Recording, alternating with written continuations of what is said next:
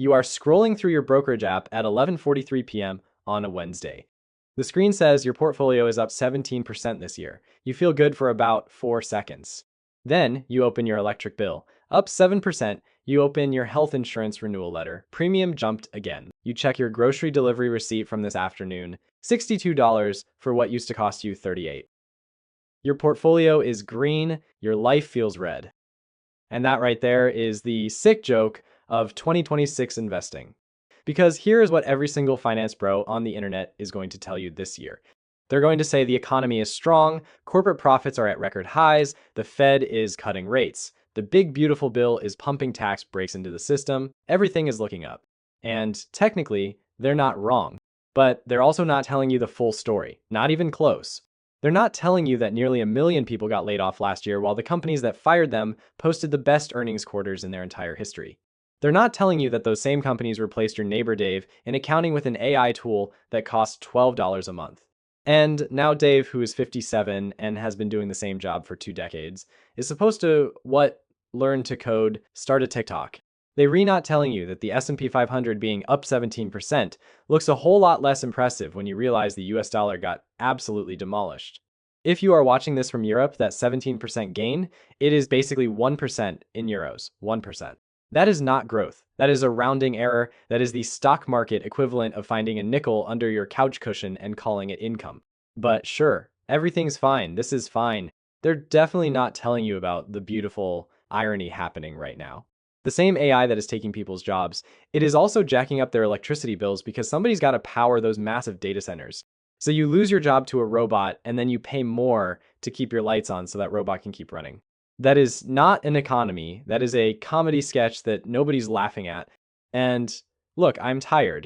I'm genuinely exhausted by the conversation around investing right now because it has become this weirdly disconnected thing.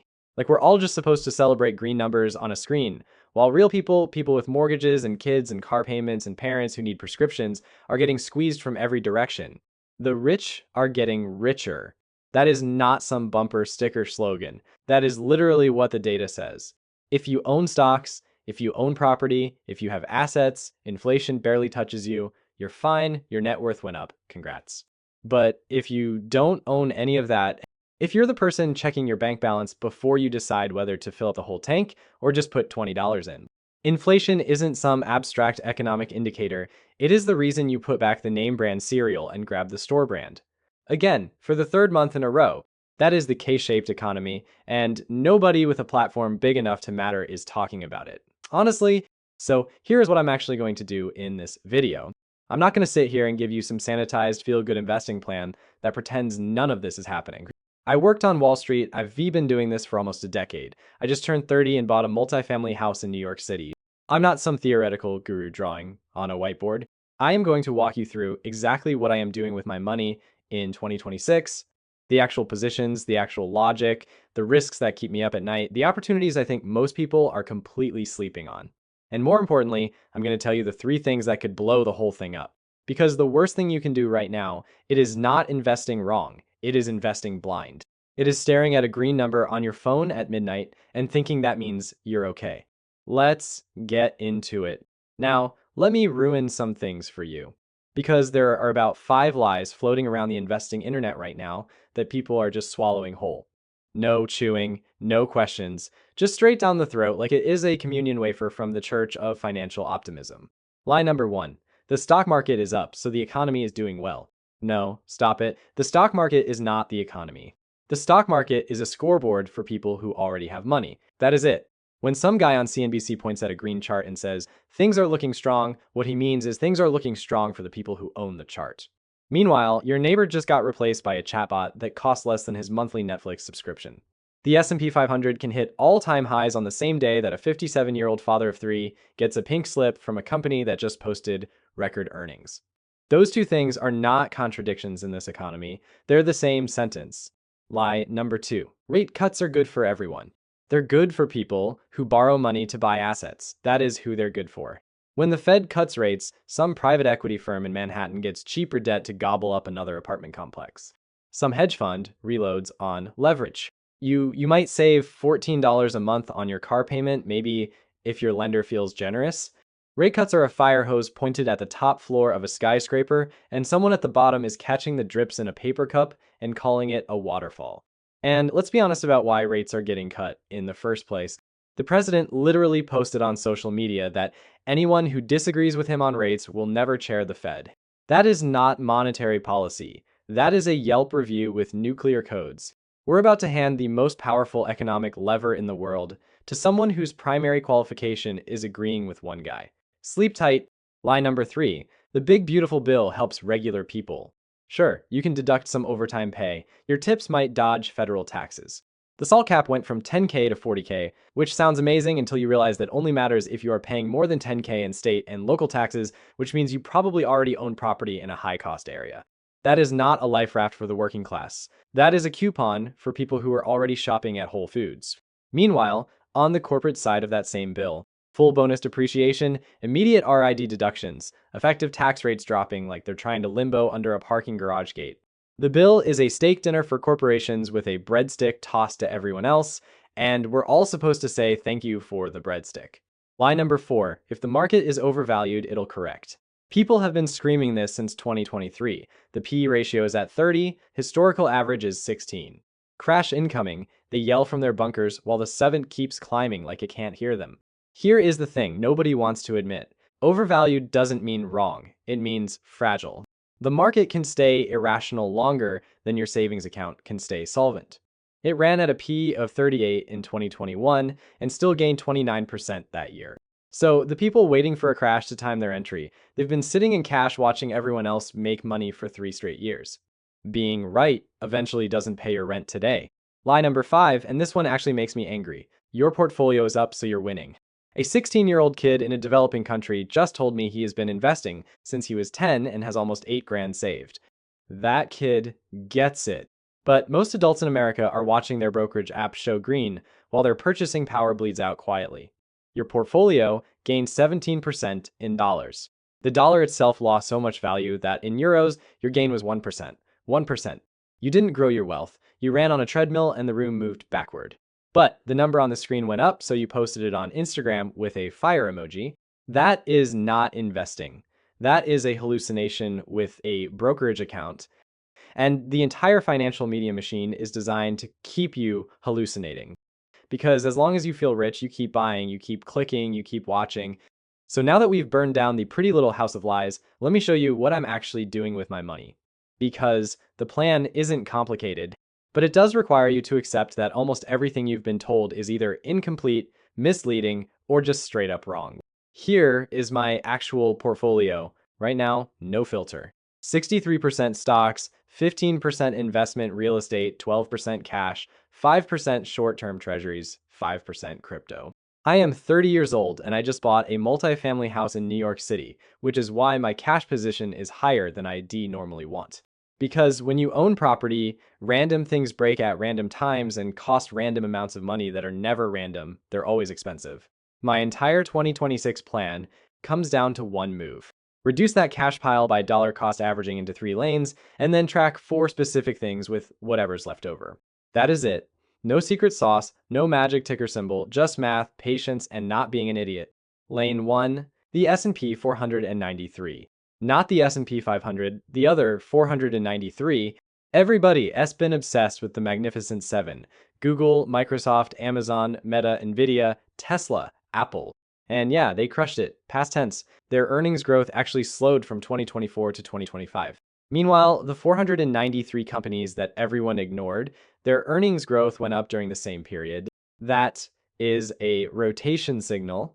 The stocks your finance bro cousin won't shut up about at Thanksgiving. They're cooling off. The boring industrial company nobody puts on a thumbnail, it is warming up. Those 493 companies got left behind while everyone was throwing money at anything with AI in the press release. Now, they're cheaper, their earnings are improving, and investors are starting to notice. That is where I'm looking. Lane 2. Small caps.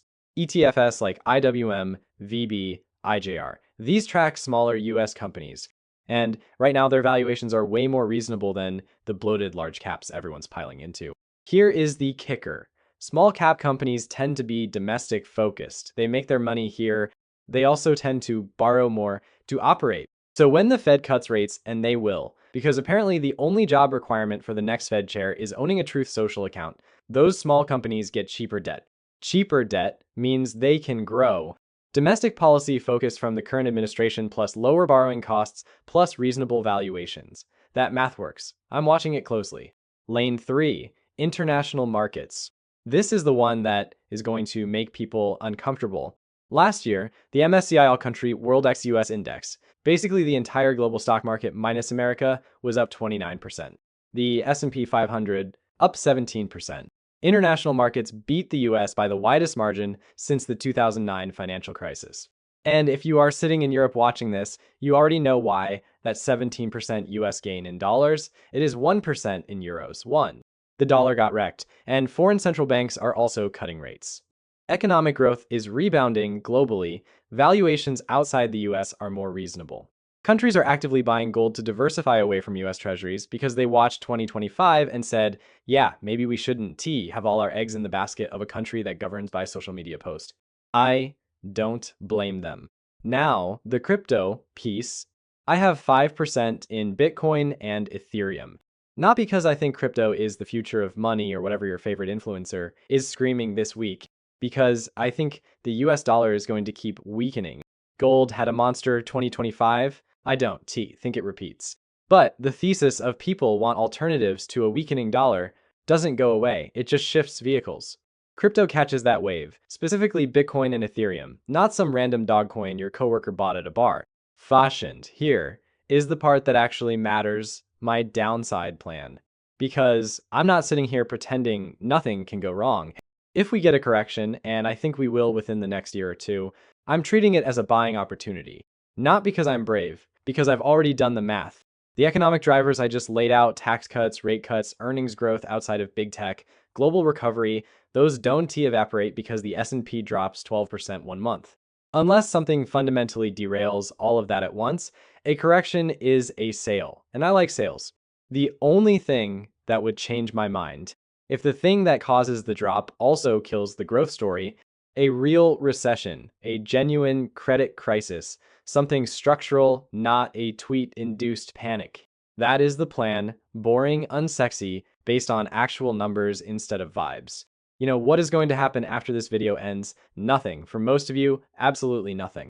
You're going to close this tab, you're going to open Instagram, you are going to scroll past 3 ads for trading apps double, tap a sunset photo, and then at 11:58 p.m. tonight, you are going to lie in bed staring at the ceiling fan, spinning in the dark, thinking, I really should start doing something with my money. And then you won't. Tomorrow, you'll wake up. You'll commute to a job that an algorithm is already being trained to replace you at. You eat a $14 sad salad at your desk. You'll get home, collapse on the couch, and convince yourself that you'll figure out investing next month. Next quarter, next year, when things settle down, when you have more saved, when the market makes more sense. That moment never comes, it never comes. You've been waiting for it since 2021. And meanwhile, a 16-year-old kid in a country most Americans can't find on a map has been investing since he was 10. 10 years old. He has got $8,000. He didn't wait for the perfect entry point. He didn't need a YouTuber to hold his hand. He didn't sit around arguing about PE ratios in a Reddit thread at 2 a.m. He just started. While you were refreshing your brokerage app for the dopamine hit of watching a green number you'll never actually touch. That kid was building something real with money most adults in this country blow on DoorDash in 2 months. That is not a cute story. That is an indictment. Because here is the actual truth. Nobody in this space wants to say out loud. The version of you that has been thinking about investing for the past 3 years. That person is dead weight. That person is a ghost wearing your clothes and paying your rent. That person has been standing at the edge of the pool with their arms crossed saying, I'll jump in when the water's warmer while everyone else is already swimming. The water's never warmer, the market's never calm, the economy never makes sense. That is the whole point. You want to know what the actual divide is in 2026.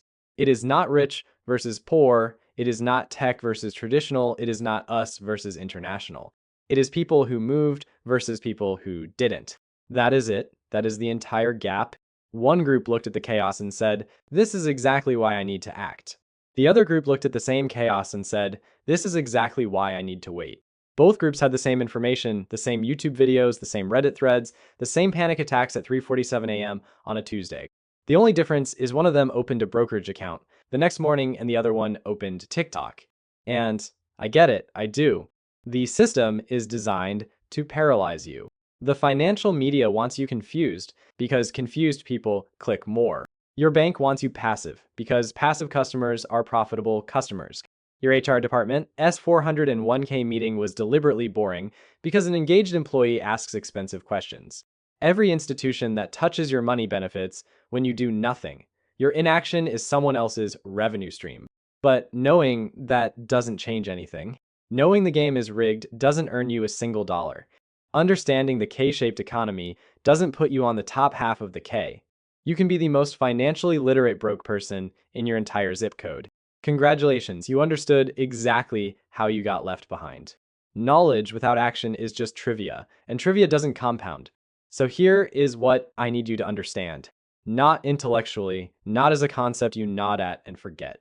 I need you to feel this in the part of your chest that tightens when you check your bank balance after rent clears on the first of the month. The person you've been up until this exact moment, let them go, seriously. The version of you that bookmarks investing videos but never opens a brokerage account. The version that screenshots stock tips but never buys a single share. The version that says, I'm not a money person like that is a personality trait and not a cage you built around yourself with your own two hands. That person doesn't survive 2026. Not because the market crashes, not because AI takes their job, because the gap between people who act and people who spectate gets wider every single month, and it never ever closes back up. Every day you don't start is not a neutral day. It is a day you paid full price for a future you'll never receive. The market doesn't care that you're scared. Your electric bill doesn't care that you're overwhelmed. The 16-year-old kid with 8 grand doesn't care about your excuses. Nobody's coming to save you. Nobody's going to make this easier. Nobody's going to tap you on the shoulder and say, now's the time. The time was yesterday. The second best time is before you close this tab. The only question that matters in 2026 isn't what to invest in. It is whether you're going to keep being a spectator in your own financial life, or whether you're finally going to admit that the scariest thing isn't losing money. It is waking up at 47 and realizing you never even tried.